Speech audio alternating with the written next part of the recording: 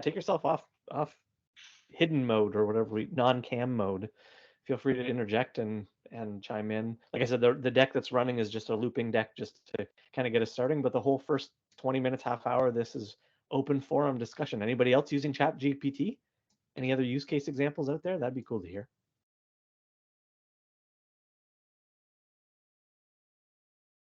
I'm trying to learn more about it. Seems really interesting. Seems does, to be part of Teams going forward and the Viva sales. So Hello, Debbie. hello. Hello, Nevin. What are we up to? 29, 30 some odd people. It's good and growing. So I got really, I got go ahead. a quick thing about ChatGPT. First off, to answer who's talking right now? my name's Jared.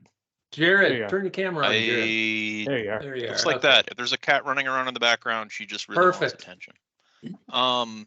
Two things about ChatGPT. One, the data is not 100% like up to date. It's a year or more behind. So if you're trying to use it to do research on a particular individual, it'll be a couple years back. For whoever mentioned that. The other piece, I've been using it to try and research some old books, and it clearly knows what like the summary of those books are, but it doesn't know the contents of those books. So there's still a lot of missing information in there. I've tried using it for some development, and I'm not a strong developer either, just for like Power Automate flows, and it will give me the correct formula, but that doesn't mean it can instruct me on how to properly put it in there and get the right variable. So there's still a lot of limitations on it, but it is nice for like, hey, give me a 5 bullet point item for this topic or that topic to help you like build out slides and some other stuff like that. Oh, nice. So safe for now. Well, as another example, like a customer asked the other day, how do I provision a new customer insights, environment? Okay, well then ask ChatGPT and it will go through literally the steps on how to do it. Yeah, you can go to learn.microsoft.com to figure it out as well. But it was fun. But like you just said, the instructions were about 12 months old. So some of the buttons that you've had to try and find weren't in the same place anymore. Hello, Kelly. Hello, Rick. I missed you this morning at the other DUG call. Yeah, I was on another DUG call. You're forgiven. And I thought I'd be off in half an hour, so sorry I missed that call. All good. Yeah. Just on that note, Kelly, why don't you tell people what you guys are up to from a marketing perspective on DUG? Yeah, absolutely. So we introduce yourself first. Sure, that sounds fair. My name's Kelly, and I manage marketing and Microsoft partnership at Evenica. Evenica is based in Burlington, Ontario, and we're a Microsoft partner that focuses on e-commerce solutions. And together with a few other marketing professionals within the Dynamics user group channel, we've started a new Dynamics user group, and this one is specifically for marketing professionals. So our first event is kicking off on February 23rd. We have 6 virtual events planned for marketers this year, as well as an in-person event happening at DynamicsCon Live in Scottsdale, Arizona. So if any of you are within the marketing world or any of your colleagues, we would love to have you guys join us. Great, and I'll make sure I post in all our groups and update everybody on what's going on with the marketing user group. Appreciate that. Thank you. I'll pop the link in the chat. The group was formed today. It doesn't have a description attached to it yet. That's my afternoon task today, but I'll share the link. Okay, thanks, Kelly. Kelly, I can't wait to hear what session you're going to present at the Canadian UG group here in future months. Yeah. My favorite topic right now, one that will be coming up in the marketing group, is adopting Microsoft's spin on industry-specific content and industry-specific sales plays, and taking that over into our own companies and making industry-specific content, something I've been doing a lot of with Rick recently. Nice. Very cool. Perfect. Is it just for Microsoft marketing, or is it for other marketing platforms as well? It's definitely aimed towards anyone that's in the Dynamics channel. But we would love to have anyone in marketing that wants to share in our open forum and discuss what they're seeing. Yeah, I'd say it's platform agnostic. Yeah. Very cool. JC, you've got your hand up.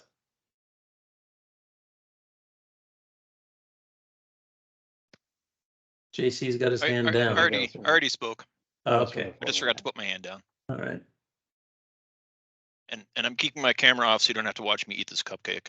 Okay. No one wants Mark to see Specula, you usually have quite a bit to say. Are you there?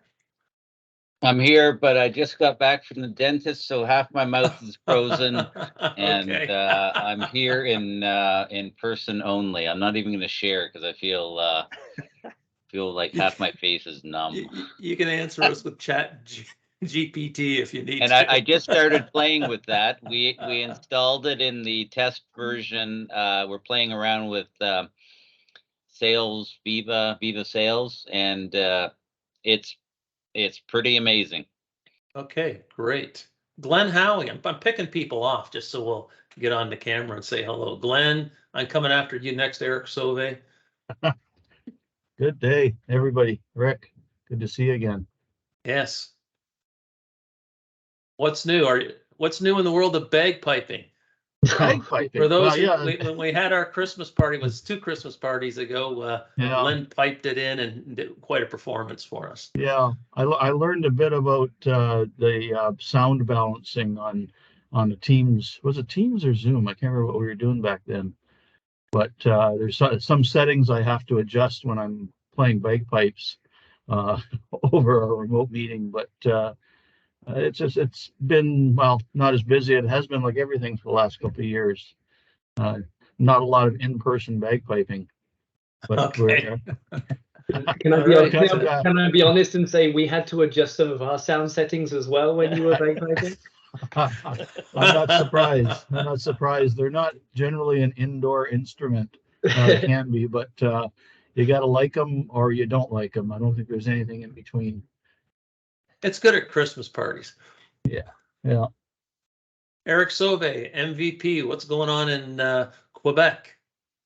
It's getting warmer at least. Last week was pretty bad with the -30 and -38 wind chill factor. Like that was pretty bad. Ooh. But yeah, I just hope that cupcakes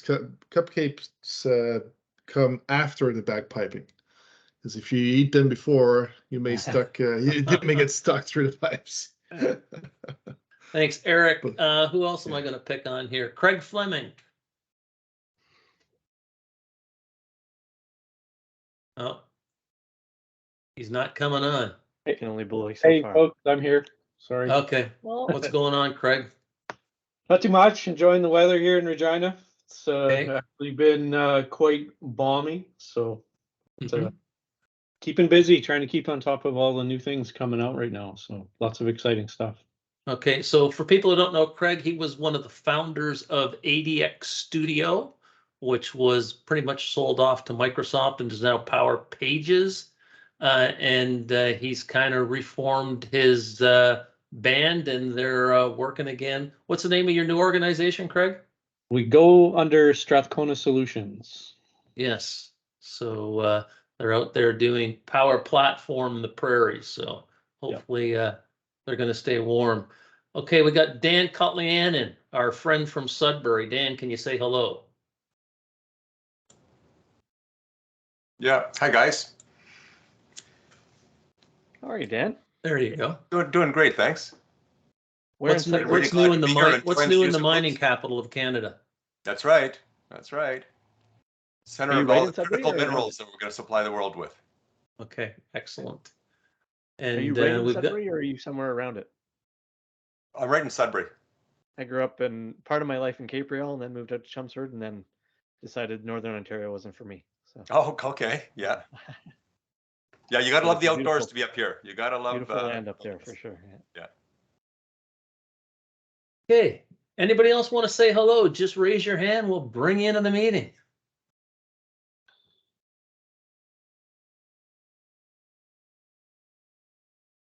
Virtual meetings. You want to talk about this a little bit, Malcolm, the other meetings that are going on?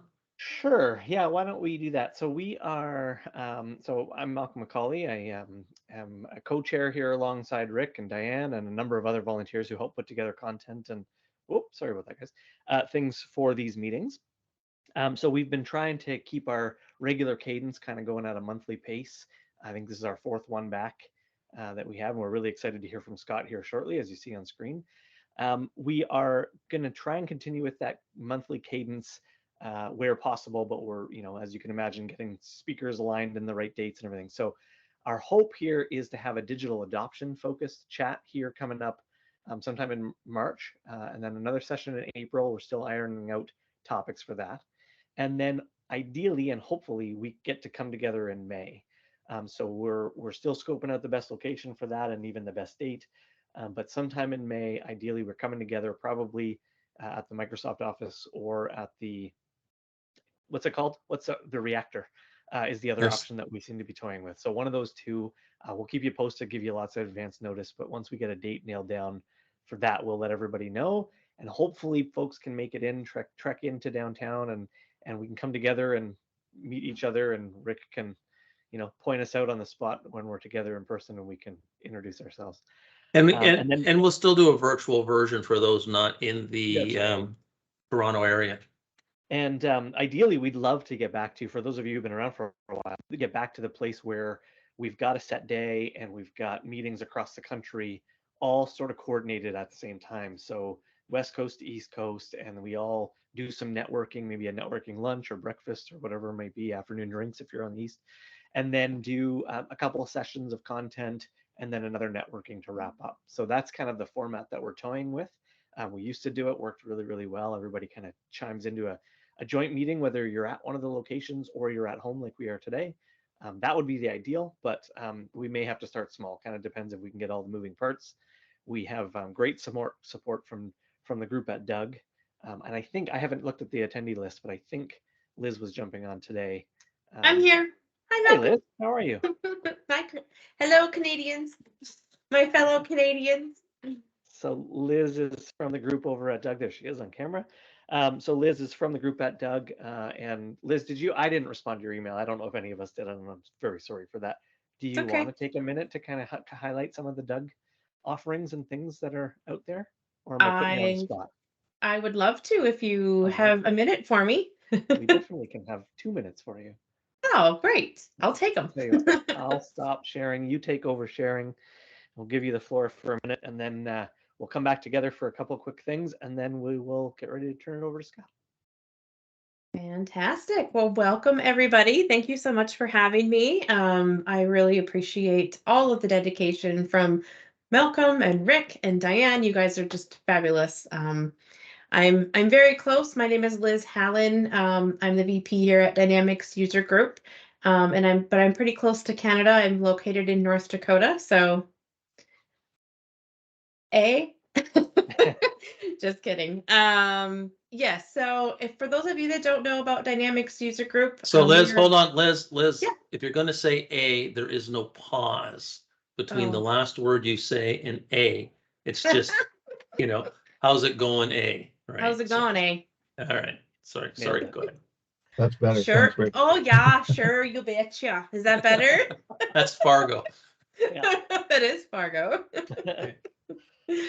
Anyhow, yes, thank you for being here today. Welcome. Dynamics User Group, if you haven't heard of us before. We've been around for quite a while, but we're probably most commonly known for our virtual and in-person event called DynamicsCon. But we do have other programs as well. And we've been around since '95, started with an online discussion forum, but we are a free community. We welcome everybody in the Dynamics 365, Dynamics GP, as well as Power Platform spaces. Our free membership, you can join quickly at dynamicsusergroup.com. And we are growing fast and furiously and have up to 39,000 members already. So yes, one of our programs is Meetup, which we are at today. So this is meant to be a local group. We have about 32 local groups around the world. The Canadian National one happens to be one of our bigger, more well-known and meets often. So yes, thank you guys very much. We also do have online discussion forums to help you continue conversations outside of a meetup. I mentioned DynamicsCon. We do offer virtual and in person. We also have a YouTube channel, which features a ton of sessions from prior DynamicsCon events, which has some phenomenal education. In addition to the DynamicsCon sessions, we also host and put the recordings from your guys' meetings there as well. So it's a great source for you to check out. And then our Team Up program is one of the ways that we stay funded. So these are partners who would like to let you know the kinds of products and services that they offer. So feel free to check them out and give them a big thanks. Just a little bit about our virtual event. If you haven't heard, our virtual event is a free event. It's going to be held worldwide. So we hope that you join us on March 15th and 16th. We recently had an announcement where we are partnering with Microsoft. And Microsoft is going to be hosting content on day 2, which will be called the Customer Success Day. Microsoft is curating and will be the speakers of that content. And if you haven't seen, they're going to be bringing in some great big names like Charles Lamanna, Toby Bowers. And so just really, really excited about that. The community does vote on the agenda for our virtual event, and that agenda was just announced last week. So if you haven't seen that or haven't seen who our lucky speakers are for this event, take a peek at DynamicsCon.com. And I know you guys had talked about doing an in-person event in May. We are also hosting a larger event in May called DynamicsCon Live. We're going to be in Scottsdale, Arizona. So if you're looking for something a little warmer than being held in Canada, please feel free to join us. I do have a coupon code here listed on the screen that'll give you $50 off of your registration. And again, all of these events are for D365, Dynamics GP, as well as the Power Platform. I saw a couple hands be raised. I don't know if people have questions. Do we have time for questions, Malcolm?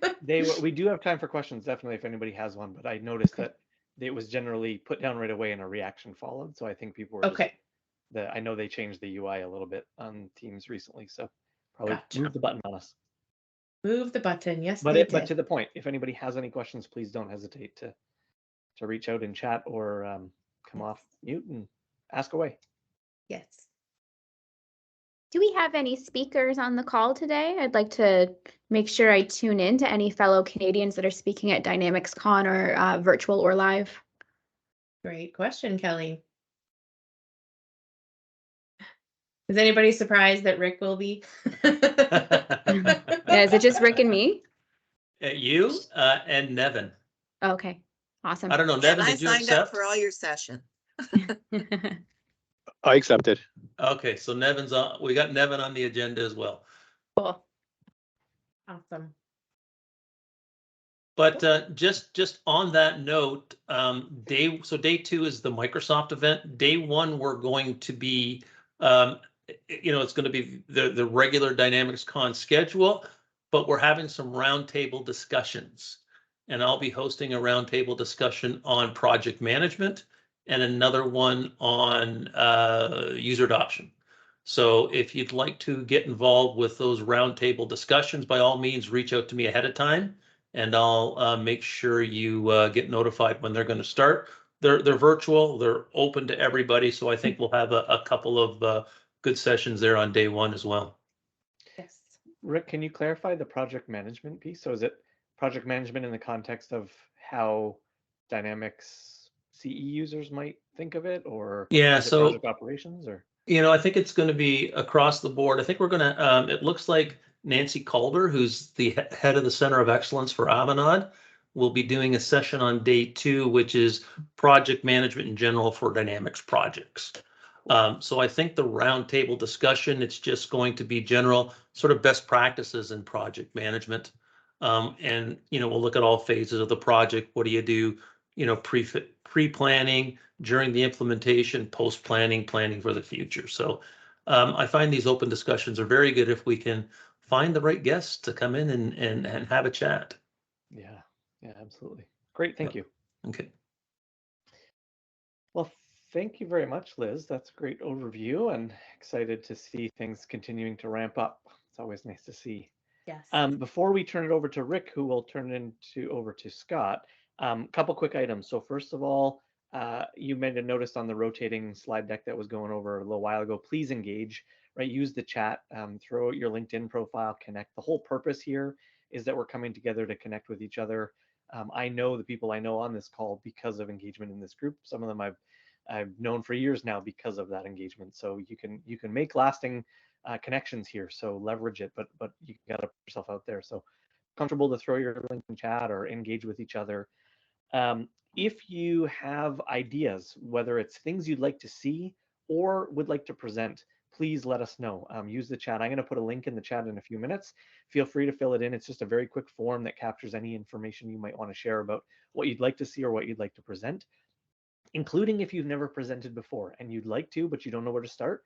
Please submit a form or reach out to me directly. I would be happy to chat with you. We could do a co-presentation. We'll pick a topic. We'll go through the whole planning process. I'm happy to do that with people. It's always great to have new speakers in the space, right? I don't know if you've ever gone to an event and it's always the same lineup and they're fantastic speakers, but the whole point of user group engagement is hearing other perspectives and getting other people's input. So we would love to hear from you if you have topics. And if you just want to speak, but you don't even know what to speak about, send it in. Let's chat and we'll find something we can common ground and we'll connect on and we'll do a session. It does not have to be an hour-long thing, right? These meetings can be in future months, maybe only an hour long. We chat for 15 minutes. We do a quick 45-minute overview or 30-minute overview of something. We have a little debrief session together afterwards, and then we go on our way. We recognize how busy everybody is. So these don't have to be big 2-hour blocks. That said, when we have big topics like we do today, we're excited to block a good chunk of time aside. So with all that said, I know Scott was in here before, and then I think he had to duck out, and there he is. There he is. So Rick, I will hand over introduction duties to you. I know you know Scott, so. All right, perfect. Thank you, Malcolm. Thank you, Liz.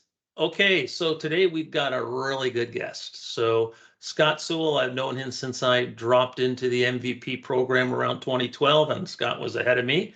Longtime MVP, and I got to tell you, if you've ever seen his presentation on, the Titanic survivors and those who didn't make it around Power BI, go and, I don't know if there's an old video out there on YouTube about somewhere. Yeah, I mean, it's tremendous. So I've known Scott for a long time. He, I want to say, unfortunately left the ranks of MVP and went to work for Microsoft. And I'm going to let him tell you what he's doing at Microsoft. But I got to tell you, we're in for a great presentation this afternoon, and I'm going to throw it over to you, Scott. Great. Well, thank you for the invite. I appreciate very much what you guys are doing. And just to reiterate what you were saying a minute ago, the opportunity to speak in a user group is so valuable, especially when you're just getting started. Just try it out, jump in, contribute, and I know from the people in this group that I know, they will be incredibly encouraging to you and supportive. And it's just such a rich way to build your skills in your career. So just a plug for that. In this case, I want to share with you a little bit about some resources that I've made available to you as either as implementers or as sales. And it really relates to using Power BI with Dataverse. Now, I came up in the ranks on the CRM side, like Rick was saying. In fact, in January, that marked 20 years since I started implementing Dynamics CRM. It was actually CRM 1.0 at that point. And I really have stuck with that same product line up through today. Even though I work on the Power BI team now, my entire focus is on Dataverse and the Dynamics platform and helping people who are either customers who are using Dataverse and the Dynamics tools to take advantage of Power BI to really understand and see the value of the data that they have stored inside of those platforms. Or also working with implementers and showing them how to take advantage of Power BI to both sell Dynamics, because always when you're selling Dynamics to someone who's going to be the consumer of it, the person who writes the check to buy these products is often not the person who's actually clicking in the Dynamics application. They're really the ones who want to see the answers that Dynamics can help pull out, or that Power BI can help surface coming out of Dynamics. So really, this is what this is for. Let me share my screen, and I'll put that on screen. And I want to share with you a dashboard or a set of tools that I have that can show you how I typically will demonstrate using Power BI with Dataverse. And we all know what, Dataverse and, our Dynamics. And by the way, I'm going to kind of use Dataverse and Dynamics a little bit interchangeably, because I'm really focused on Dataverse, the underlying data platform that Dynamics sits on top of. But in this case, I'm going to use Dynamics as the example application in front. But you'll hear me. I'll just claim I'm not going to be consistent about it. So in this case, if you look over here, I've got my list of accounts that I have out there. And what's typical is you would see that I can put a dashboard in and surface now a Power BI dashboard that's using the data coming out of Dataverse and start pulling together those insights and those understandings of what's sitting in there so that we can see what's going on. Data that you have is often a gold mine of insights, but you have to go digging for it a little bit. And Power BI is a really great way to help expose that gold mine of data that you have. And some of the things that you're probably already familiar with, they're not rocket surgery here. That, if I want to filter on just the closed opportunities or the opportunities in the closed status, I can click and cross filter the records that are out there. Or maybe you just look at the ones in Texas for some reason. I could click and highlight those, and the rest of the report will cross filter accordingly. That's a very common, normal thing we can do. We also have the ability to looking at the people that are in there, and I can see my name here. I can right click and drill through to a salesperson detail record that, if I'm a sales manager, I might be having a conversation with, well, in this case with myself, but it might be having a conversation with a salesperson and be able to drill in and see what's going on with that salesperson. How are they doing? What's helpful to them? What do we need to do? Even within just seeing the opportunities that they're working on. And when I'm in the opportunity level, or when I'm seeing an opportunity, I might be interested in this customer has got let's actually sort by value. And I can say, oh, I've got a customer here that's got this customer has two large opportunities out there. I can click on that and I can drill through to a page of that customer, and it's going to open up Jacobs, Fry, and Reynolds. And within that, I can see a report loading here that's going to show me the details of what's going on with Jacobs, Fry, and Reynolds, or Fay and Reynolds. And I can see that history being developed here. Again, it's just a really interactive tool to be able to navigate within it and to drill deeper into the data. One item that I probably should point out is, unlike with out-of-the-box dashboards, report tools that are available in Dynamics, the ones that we have, which are great for their purpose, this one actually allows you to pull data from not just Dataverse, but from other sources that can be combined with the data coming out of Dataverse and really enrich that and be able to tell new stories. So if you're working with an organization, if you're on the sales side or an implementation side, and you're working with an organization that has a chunk of their data in Dynamics and a chunk of it in another system, the probably always will have something in another system, but you like to collect that together so you get that the 360-degree view that we've always been promised. You can realize that with pulling that data in through Dataverse and sort of lightly surfacing that information so they can look at it, interact with it, and see that complete picture of what's going on with, in this case, Jacob, Fry, and Reynolds. And of course, I can drill back through to an opportunity, et cetera. That's an important way of which we can see all this data involved. We can also navigate around within it and say, maybe I'm looking at slicing it by the marketing campaigns that are in place. And I can drill through to those, or the territories that are in place.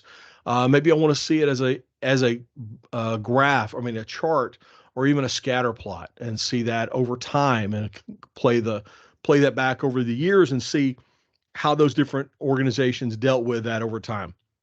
This is all sample data, so it's not really they kind of bounce around together, but because of the sample nature of it. But the idea is that you have this ability to tell some stories to your customers, with your customers, about what's going on in their data, and be able to visualize it in ways that you can't see when you're just looking at a big graph or when you throw it out to Excel or something. Like in this case, I'm looking at the number of opportunities created by month, and then I can surface it and say, all right, well, in between February and March, February to January before that, we dropped by 31%. And from February to March, we increased it by 14%. And so we're seeing this relative month over month change, not absolute numbers, but we're seeing it as an interactive.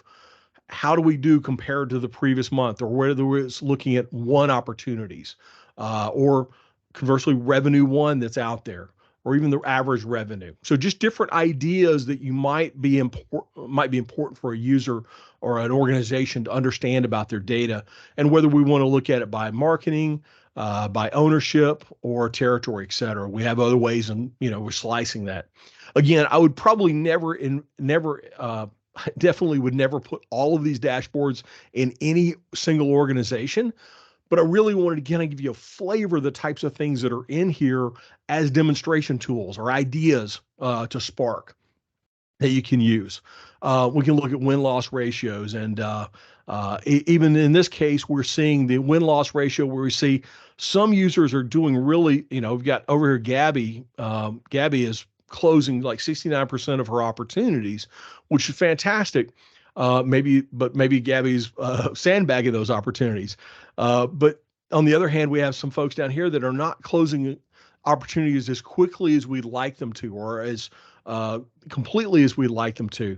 And so I can highlight that and say, maybe I'm just going to highlight. In fact, let me just highlight the last three.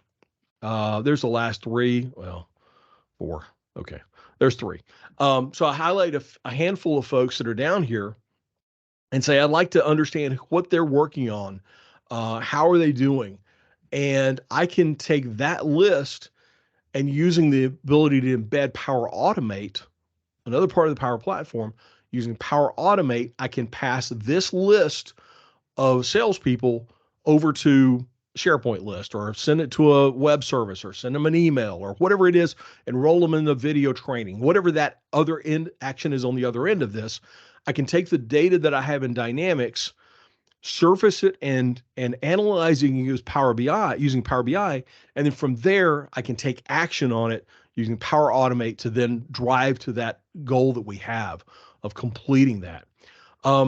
Other things are very simple, very straightforward ideas that we have in place, even to the point of using forecasting tools, where we take the trend of the data that's gone before and apply looking at seasonality to the data, and we can see a confidence level of what we think the seasonality will affect us with going forward. Or even when we look at revenue over a particular date, we can see these. You see these little bubbles here? Let me zoom in on that. There it is.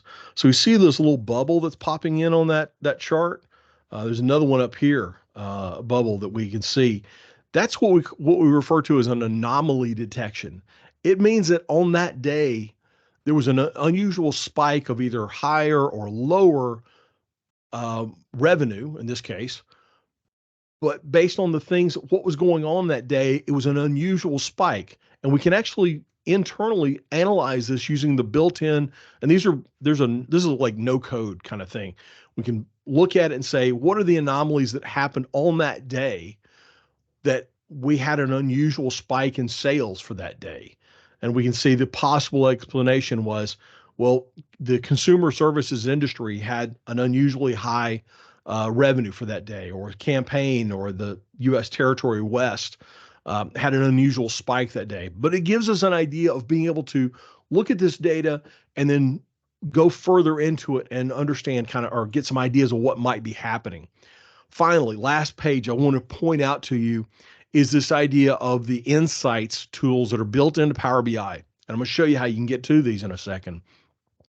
But these are cases where we take all the data we have coming out of Dynamics or Dataverse, and start summarizing it and start applying AI tools or some of the artificial intelligence that we can run regression analysis, some of the statistical advances, but we don't have to actually learn any math to do it, which is a very good thing for me. In this case, I'm running a regression analysis to say, tell me what influences the closing percentage, the ratio of wins over wins plus losses, the closing percentage to increase, meaning that we sell more of the opportunities we have at bats with. In this case, we can see that where I'm still presenting, right? Yeah. So in this case, we can see that the attribute that influences the closing percentage to increase is, in fact, the Mark being the manager, that he has an average increase of 26% over other people. Or if the owner of the opportunity is Contoso sales owner team, it increases. But we can also look at what decreases, who's not closing opportunities as quickly as possible. And we can see that one particular manager or another owner, and we can look at it by segments and say, what are the segments that result in high closing percentage? But that's just one attribute that we're trying to measure or trying to drive to. We can also look at it from the number of days it takes to close the opportunity. From the day it was created to the day it was closed, how many days and what causes that day, the length of time to close the opportunity to increase, or what causes it to decrease, meaning it runs faster. In this case, when we see that it's slipping and taking longer when we don't have the decision maker identified, or when the campaign name was from customer care, or the purchase process hasn't been identified by the salesperson, then they typically will take an average of more than a week longer to complete, statistically, which is an interesting way of gathering this information and collecting it. We find that we have even segments where we have combinations of factors, and we can see the impact or the driver of how much does that affect the outcome or the time it takes to close that opportunity. So it's really interesting to start seeing that. There's other ways we can slice it, by looking at territory. I can highlight a territory, and even within the territory, I can get pop-ups that tell me a little bit more about that. Or a different approach is I can look at a decomposition tree. This is a tool that allows me to say, okay, give me a total value, and then start breaking that value out by its component parts. In this case, I'm looking at just a count of opportunities, or I could look at the number of won opportunities or the total revenue. Let's look at revenue, and we can break revenue out by territory. We see that the territory with the largest breakout is US South. I can click on that, and from there, I can say, I can either break it out by a specific area, or I can just say, break it out by the one that has the highest impact. In this case, well, that's kind of an odd one, but it includes when the campaign type is blank, that's the most likely campaign type. But I can take the direct marketing and spread that out and say, let's drill into it and say, what was the manager for direct marketing? And tell me about that process. So again, I'm just breaking this out. And as I drill through on different territories, I can see the same types of things that are splitting that data out. And so I can understand what's going on within those territories. Finally, last piece within this one I want to show you is the Q&A tool that's available. And this gives you that natural language query. This predates the ChatGPT idea, but I can take something and say, I can either use one of the suggested questions like top countries by average revenue won. And I can do that, and it's going to give me that data as a map because it's countries, or I can say as chart. I think I do as chart or bar chart. Yep. So let me actually do it. Yeah, there it comes up as a bar chart. So I can take a value and tell it what I want to see, and then I can even change it to say, instead of countries, I want to say users. I think it has users. Yeah. And so now I start seeing the customers by average revenue 1. Anyway, so the different ways in which I can take this data and ask questions of it, and then ultimately I can do that. The great things about this kind of tool in your toolkit is the ability to say, okay, once I gather this data, like if I'm a worker with you on, if you're my manager and I'm stepping into your office and I hand you this report, you may look at it and say, in the old days, you would look at it and go, hey, that was interesting, but I'd really like to see it by this other dimension, or I'd really like to see it as a pie chart, or I'd really like to see it this. And each time in the old days, you would say, okay, Scott, can you go get this? And I would go back to my office and, recreate it and do it as it and bring it back to you and go, oh, that's really interesting. But can I drill into this segment and see something else about what's going on here? The ability to put this in front of you and say, here is a view of all this information. You can take it and then start slicing on your own. By the time I give you the information back in the old days, you might look at it and go, what was my question again? And that's a challenge. But now you can start exploring the information as you go. So it's really a nice tool in that case. Yeah. So Scott, as I'm watching you do this, I'm watching you do this, I'm really thinking this is so helpful on Salesforce automation projects, because our biggest problem is getting good data, user adoption, right? So if I got the VP of sales sitting there wanting to do some queries and they can't do them because, someone didn't fill in the, expected close date, or, if I noticed that the date they created all the opportunities were a week before they were closing, I know, like you said, they're sandbagging. So this data is going to be more powerful for management to look at it. But I think the more modern type seller is also going to want to understand their data, right? What's actually working for them. And I think as we start to pull this data out, we're going to see just this more value, right across the board for the whole organization, right? And absolutely, I think this is excellent. So keep going. And it's an interesting. Two things are funny coming out of what you just said. Two responses I see when people try this out in their own organization. First off, they go, wow, I've got some data I got to clean up. I've got leftover data sitting in the corners. It's not been completed. I need to clean up some data. So that's it kind of surfaces that, which is good in that it helps you complete and have a better picture of what's going on. That's a good thing. The other thing is wow, there's a story here that I didn't know the answer to. And that sent me down. Sometimes it'll send you down a rabbit trail to say, oh, well, this makes me think of this other thing. And let me explore that further. And suddenly once you get into that flow of the creativity, you're taking that creativity and like driving, okay, oh, I know. Now I'm going to have a sit down with Alex Powers here. And Alex is a great guy, but let me find out what is it that's causing maybe his numbers to slip a little bit. Is it something I'm doing with compensation? Is it something else? I can understand what's going on. Maybe I'm sending him to the territory that he's not really aligned with.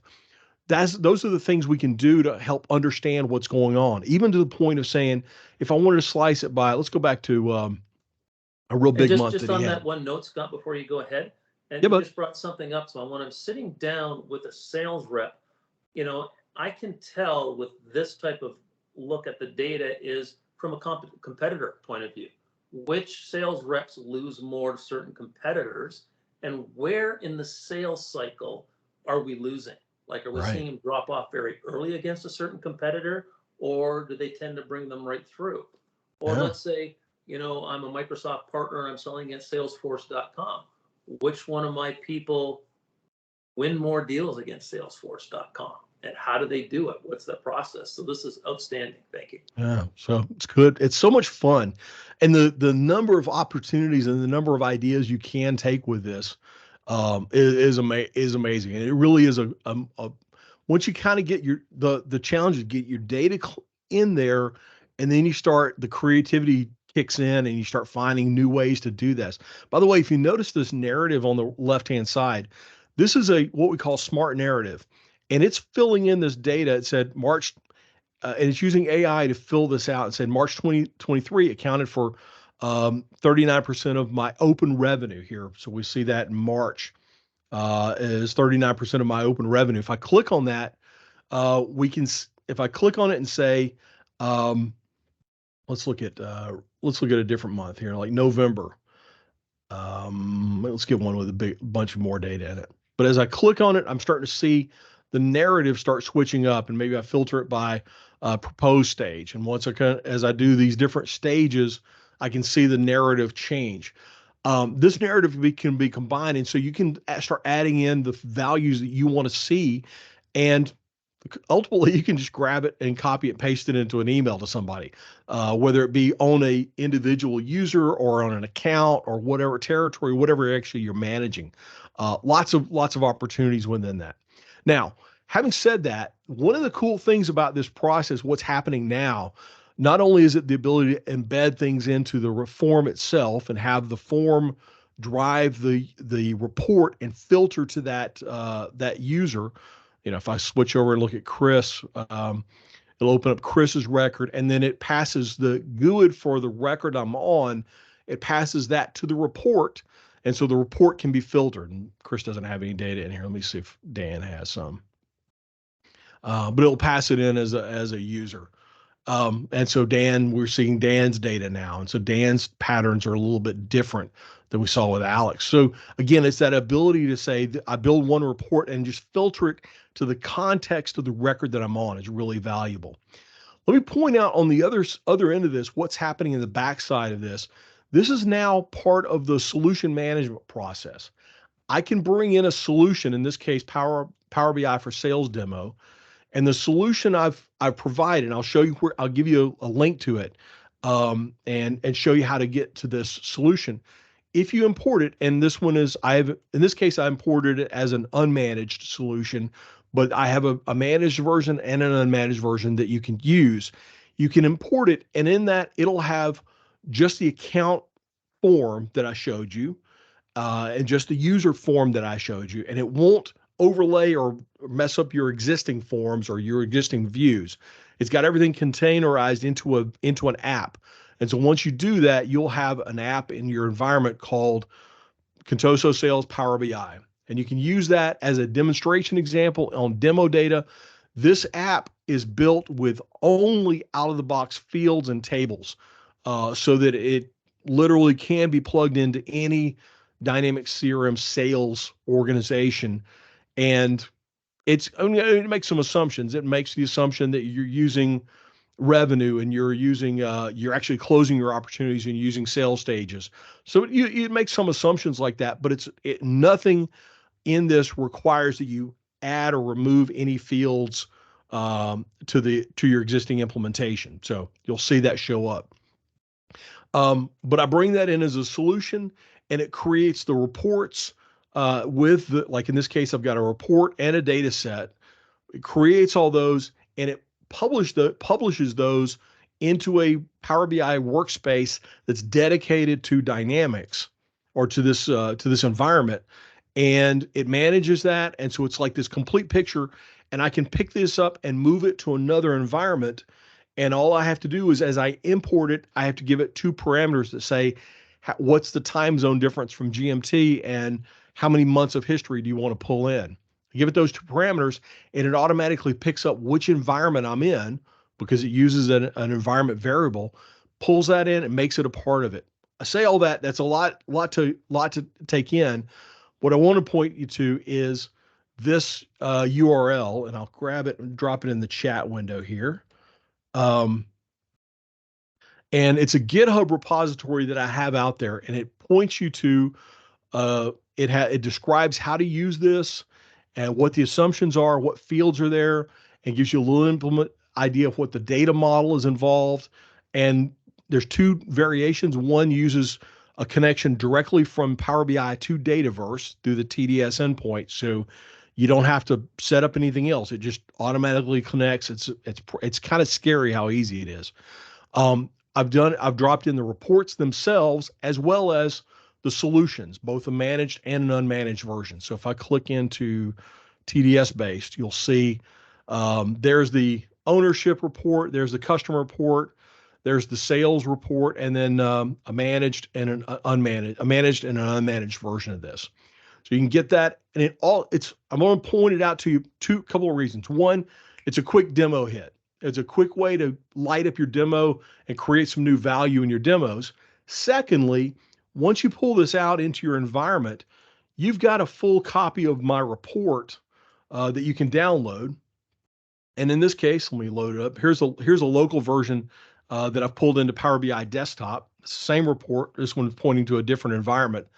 But it's got the example data model, and it shows you how I built the data model on the existing entities and fields and columns that are in Dynamics.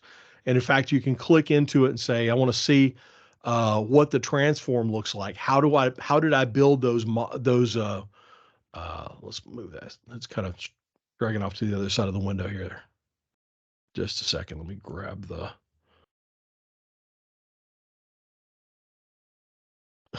Teams is like jumping all over the place trying to show it to me on one screen, across two screens. There we go. Now we're seeing it. So in this case, this is the query that I pull the data out of Dynamics with. Here's my customer query, and I'm pointing to Dataverse, and there's a variable here that tells me which environment that I'm pointing to, and I've written a SQL statement against that, and in it I have a filter that says how many months of history do I want to include for opportunities. So I'm being able to pull that in. I build this report based on that and then publish it. And the nice thing is it's all set there so that you can take this model and work with it. And you can, I would encourage somebody to take it and extend it and do other things with it. And in fact, you can take this, you can see that I've got a whole set of sales measures like count of opportunities created, lost, what does my revenue look like?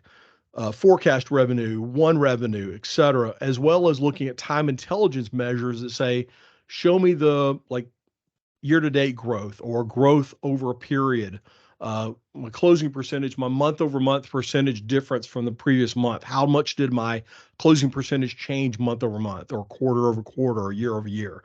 So a lot of value in that as a way of, especially on from a technical person's understanding, to be able to start looking at how do I, if I look at opportunities, let me start with opportunity count. The opportunity count query is this, which is really simple. It's count rows of opportunities, right? I think Rick, anybody could do that, right? So do the count rows of opportunities, and then we could say like count rows of one opportunities, where we say calculate the opportunity count where the opportunity state code equals the number one. So it's a way of start to kind of get your head around, oh, so that's how I'm doing this process. Even to the point of getting to more advanced ones where we say the opportunities created, I want to base my connection based on what date it was created instead of what date it was closed. So I want to count it according to that month. So you get into some interesting conversations here, which is really useful to be able to understand how those tools work together. So I wanted to show that, and I'm kind of hitting my 30-minute mark, but I do have time for questions if you've got questions, or please tell me, is this helpful to you? The other thing, just one other idea I want to point out is, Scott, you have more time if you want to use it, another 15, 20 minutes if you want to keep going. This is great. Well, I'll kind of give this, and then I'll suggest one other item. If you have a team that's building reports from scratch, or you have a customer that's starting to build reports, I want to point this page out. Let me drop it in the chat window here. This page is a Power Platform guidance document that I wrote. It was based on a bunch of my mistakes. I'll put it that way. My first attempts at it, I would throw the whole kitchen at the fridge and see what stuck. And it was like this, rolling disaster that I was creating for myself. And it was hard. It was slow. It was, I was awkward. And I was always scratching my head going, how do I do this? Well, like we all do, we learn, we figure it out. We figure it out. What I did do is said, I guess probably a year ago, I said, I've got a one-page, I'll create a one-pager that says, here's 5 or 6 bullet points of things that you should probably think about as you're starting to build Power BI reports over Dataverse. And that one page bullet list turned into about a 20-page document just describing different things you want to think about and things you want to, if you're doing this kind of approach, you'll want to use this type of query method. If you're going after a enterprise data, this is an approach you might want to consider. I did that. Then once we get that through, we kind of summarized it and brought it into this report that talks through how to connect to Dataverse and what are some best practices that are important. Like, how do you think about a star schema? All through this, it also points to other documents to say, for more information, drill through to this document. But I really wanted to kind of give you that big overview of, what are the things you really ought to be thinking about when you kind of step into this world. It should be helpful to you. I do have another GitHub repo, which Power BI Dataverse, and that's just all my PowerPoints, my presentations, and you're welcome to grab and steal from that liberally, anything you need out of that. So very useful tool. But the main one is this primary one, the one with the GitHub, the Power BI D365 sales. That's my example demo that you can take and reuse on your own. So any questions? Let me stop and let me take a breath here and take a sip of sweet tea here. Scott, it's always amazing attending like one of your sessions or, one-on-one or whichever.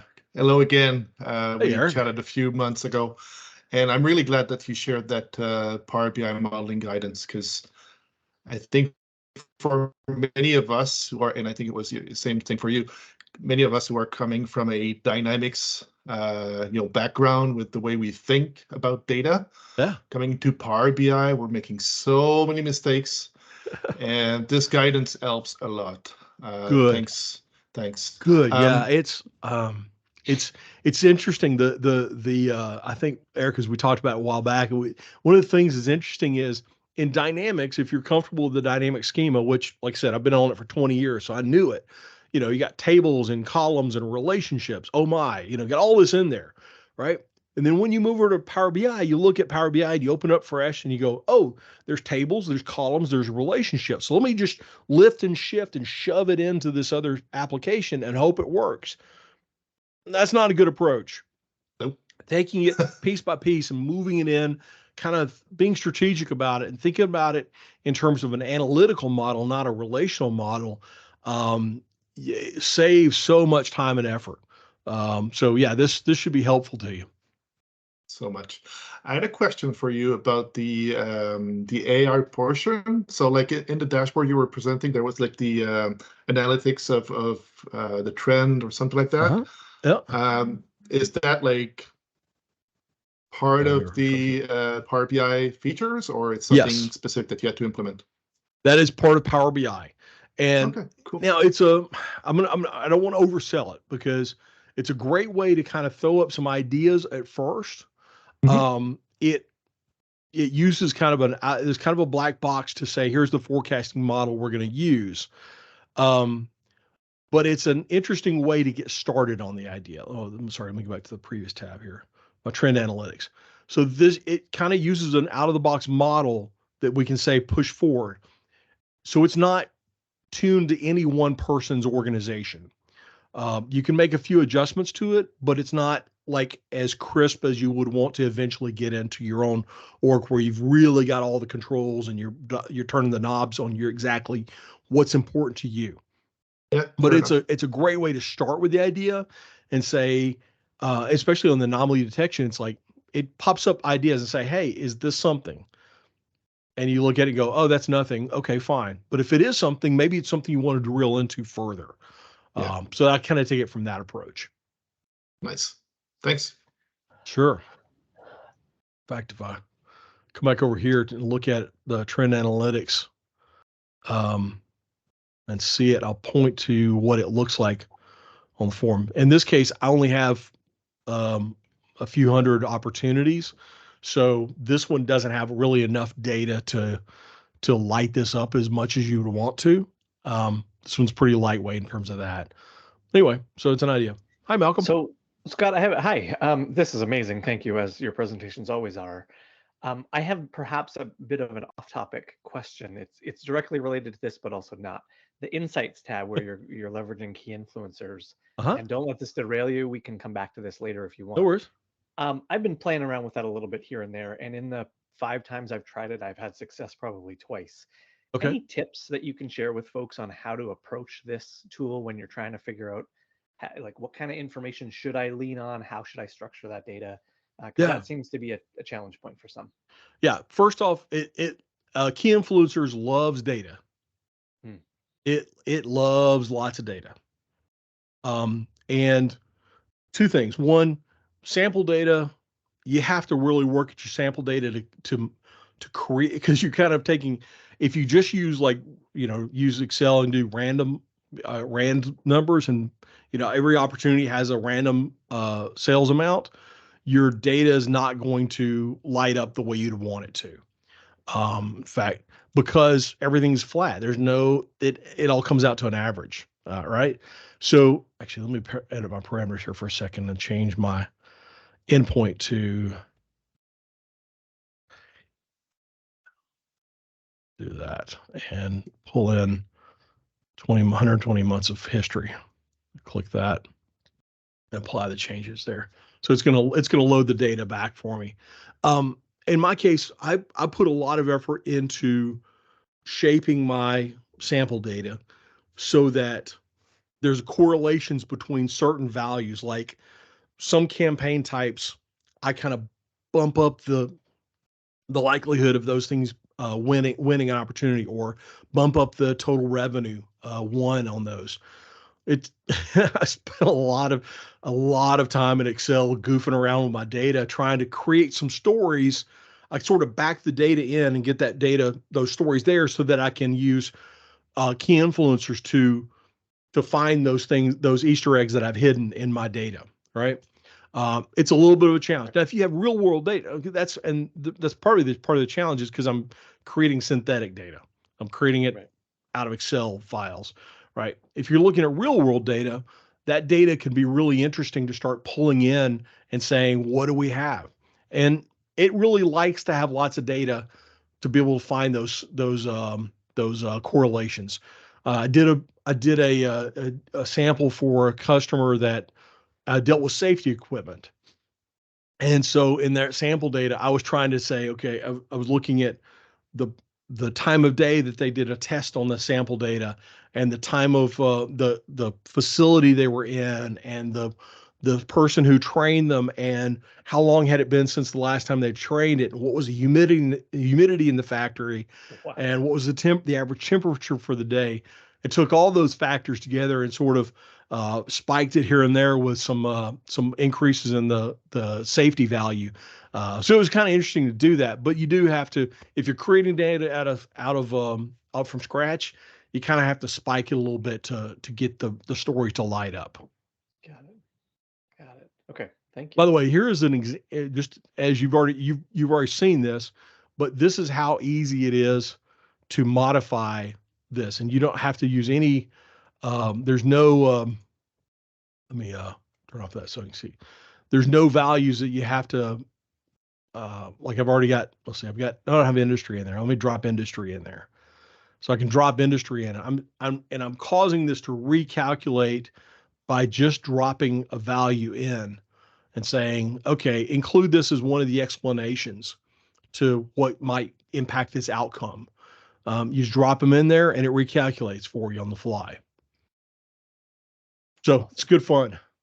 So just to play around with it, I think that's been the challenge. We had some real data that we were working with that data consistency and integrity can be a bit of a challenge in any organization. And I think that was part of the problem, is they didn't have enough, nor was there enough components or right. I don't know the right word. I can't think of the right word, right? But data components to work with. So yeah, and so it totally is using the statistical values there. So if you just have one example that has a high spike of that data, but all the other versions, all the other instances of that data element are kind of still in the average, that doesn't have a real high statistical. That might move the average up. Right. But it doesn't have a statistical strength because only one example out of hundreds had the spike. Okay, and I'm going to ask one more since I still have the floor, but that decomposition tree is part of key influencers, is that correct? It's not part of it. It's just another, like here it is on the thing. There's key influencers, and then this one is the decomposition tree right beside it. Oh, separate thing. Okay, got it. Mm-hmm. But if you'll notice, I'm using like buttons and bullets here, buttons and bookmarks to navigate around my page. And so I've set my app up, I set my report up to be kind of like an app. Yeah. And so by doing that, I give the user a better experience of being able to navigate around and see what's going on. But the decomp tree, again, you're just telling it what I want to analyze and what are the ways I might want to explain that. Cool. Very cool. Thank you. Cool. Any other questions? I haven't been watching the chat too much. Good. All right. Rick, I've gone over my time, over my allotted time. Well, you're good to keep going, but I will chime in. You asked how is it going? Is this useful? And you mentioned not seeing the chat. If you had seen the chat and the reactions you were getting throughout your presentation, you wouldn't have had to ask the question. Okay. It's been nothing but thumbs up, hearts, and lots of positive stuff. So this is amazing. Good. Well, I love it. I love it. It's helpful, and it's such an exciting topic for me. And I hope it's something that will help you and help your customers to be able to find those things. By the way, this example also has a lot of I won't call them Easter eggs because they're available to you right here. But like, in fact, if I highlight my name and surface over my revenue one, it goes ahead and pulls up a tooltip I can customize a tooltip that shows me details about me as an individual. So being able to do interactively, and if I'm looking at campaigns, marketing campaigns, and highlight the advertisement campaign, I think it'll pop up anyway. But you got different pop-ups for different areas. Just a really interactive tool. And I kind of threw all the bells and whistles at it just so that you could take it and go, oh, okay, how do I do, I like that feature. I like that interactivity. Let me break it down and use it a different way. But this gives you an example of how to do it, per se. Okay, Scott, thank you. That was tremendous. I know you post everything on LinkedIn. Is there anywhere else people should be following what you're doing? LinkedIn's primarily the first the first place I wind up putting things out there right now. For whatever reason, it's just the easiest place I throw things out there. So if you're out there, feel free to follow me or connect with me on LinkedIn. I don't tweet as much as I used to. I kind of read it and then it turns into, I start getting political stuff on there and I go, oh, it's just a dumpster fire here. So that but yeah, I'd say LinkedIn is kind of the first place I stick stuff these days. So for those listening, follow Scott on LinkedIn. If you go to his profile, you're going to see there's a little bell. If you click on that bell, when he posts, it'll come up in your feed. So yeah, pull that up. Let me pull up my profile here so you can get it. I'll give you a URL to it. Control C. There it goes. Yeah. And you see my headline here, Dataverse loves Dynamics. And puts out there is some of the most useful stuff that, organizations can use and not just developers, right? It's always fun to see what what a developer can do with an application, but I love Scott's stuff because it's real world, right? I can start, if I use this, I can go out and I can track my sales team better, which is always a heavy ROI for most organizations. Yeah. Yeah. So let's have a last call for questions for Scott or any comments. Please come forward. Let's see, Hakeem, you asked for a connect. I'll put my email in here. Try that, Hakeem. Yep. But yeah, so Diane, thank you, and Francois, thank you. Yeah, great. I'm glad to see all that. And so, hey, but otherwise, I just wish you a great day and hope everything's great for you. And feel free to connect, and I'd love to encourage you along the way. By the way, if you have, as a partner or reseller, if you have a very large, my focus area is primarily on large customers. So if you have a customer who's a large Dynamics customer, who's kind of putting their toes in the water on Power BI, I would love to talk to them. Please, I would love an introduction, and I can reinforce what you're doing, and I can encourage that, and I can help encourage them. If you're an organization who is using a lot of Power BI, and I would love to connect and see what we can do, because I'm always working towards reducing the barriers to pulling these two tools together. So anyway, I'll just throw that out there. Thank you. Okay, Scott, we'll let you get back to your real world, and we want to thank you again for enlightening the Canadian user group on Power BI and Dynamics. Sounds great. Have a great day, everybody. Bye. Awesome. Thanks so much, Scott. So Rick, in terms of content, everybody, you're welcome to stick around. I would love to take the next 10 minutes. I have to jump at 2:30, but I'd love to hear your thoughts. We probably could have kept Scott on for that. Just what are people's thoughts, not about the presentation, but what wheels are turning for you right now?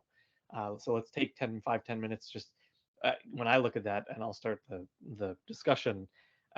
We have a specific client who's working with that. So my questions about key influencers and the decomposition tree are selfish, because we're trying to figure out how those work right now, and we're running into trouble. So to see that, though, that takes what we're doing for our one customer to a whole new level, because this is all stuff that I think they'd love, and it opens up the doors to so many new things that the customer knows the data's there.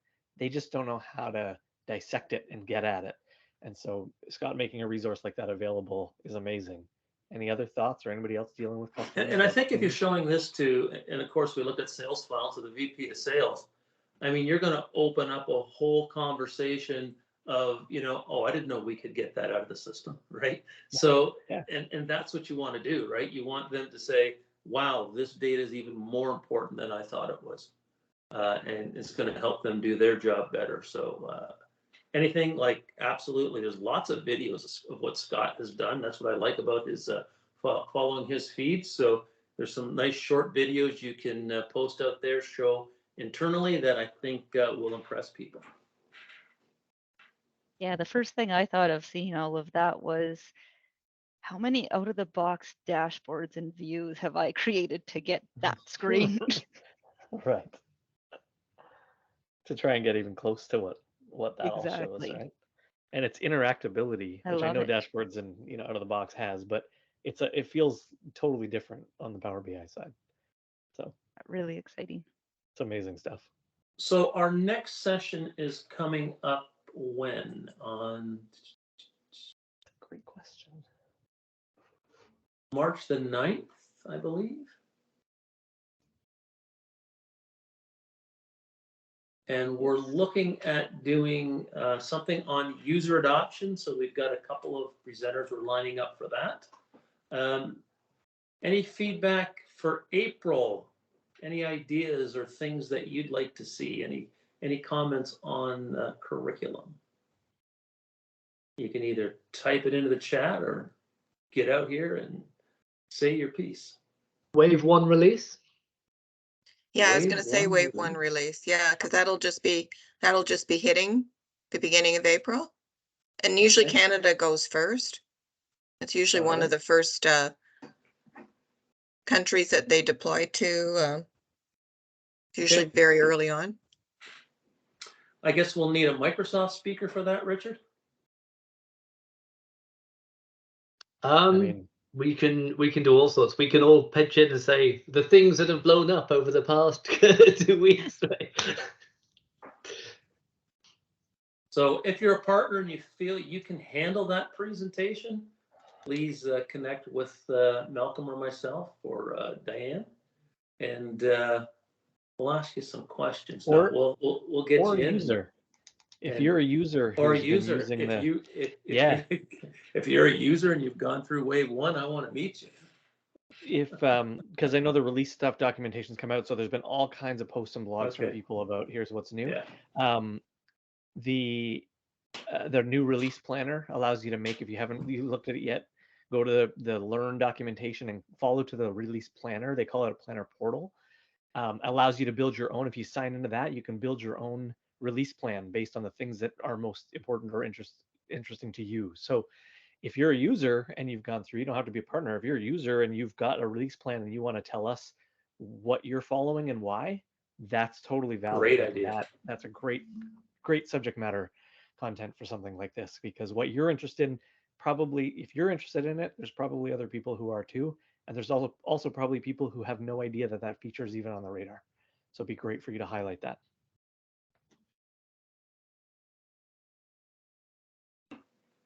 Is that it? Well, thanks now we for got to joining, just everybody. start playing with it. Yeah. Yeah, there's so much, right? That's always the challenge once you start playing with it. What does this mean? What does this mean? But yeah. Kylie, are you still on the call or did you drop off? I'm here. I told her if she's going to join our camera group, on, introduce yourself to everybody because you're back. Camera, 1 second. I got to get the light on. All right. You're in the dark? Well, I mean, I had to turn the light on so I don't look as crazy. Hello, everyone. Hello. I'm Kylie. For those who don't know Kylie, she's a very important MVP who's been living in the U.S. for several years. And I take it you're back in Amherstburg? Yeah, well, right now I'm living in Amherstburg, working from Windsor, and I will have a home in Windsor in less than 2 weeks. Excellent. It's crazy. But yes, I'm back. So Kylie, Hopefully let's tell everybody about the user group stuff that you were doing around Washington and how much you're going to help us. Yeah, so I have been the chapter leader for the Washington, D.C. chapter at least 8 years, and that's a long time. And we've been meeting virtually, obviously, the last few years, but we still have monthly meetings. And our meetings are usually on the second Wednesday of the month with, we have networking time and then an educational presentation, and they're after hours, but welcome to have anybody from anywhere join those meetings. I still plan to be involved, and you can also check out the recordings on my YouTube. I will post the link to our group in the chat. Kylie and Heidi. Dynamic duo.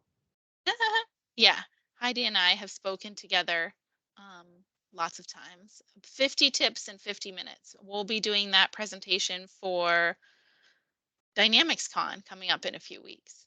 So make sure to check that out too. Busy. Okay, thank you, Kylie. Yeah, I'll get the chapter group in there.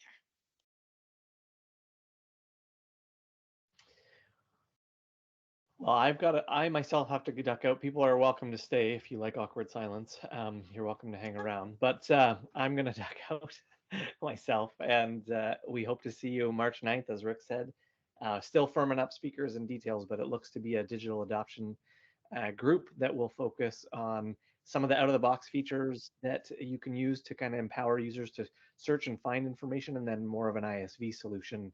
That's what we're working towards, to be confirmed yet, but then an ISV solution that centers around that same kind of stuff, user adoption, and how to make learning and training and all that stuff a little easier. So, and I noticed that Liz has put the Dynamics user group URL in there. So please, by all means, if you haven't joined our Meetup group, please join our Meetup group so you don't miss any of our content. Or if you have any questions and you want to interact or anything that we're going to post. And actually the meeting recordings and things of that nature will go up there as well. So thank you very much. We're closing off a little early today, but we're giving you back a little bit of time. So everybody take a half an hour off, go for a walk or whatever you want. Okay. It's raining, Rick. All right. It's pouring out there. Get on a treadmill or something. All right. Thanks, guys. Thanks, Bye, everyone. everybody. Thanks, Ray. Bye.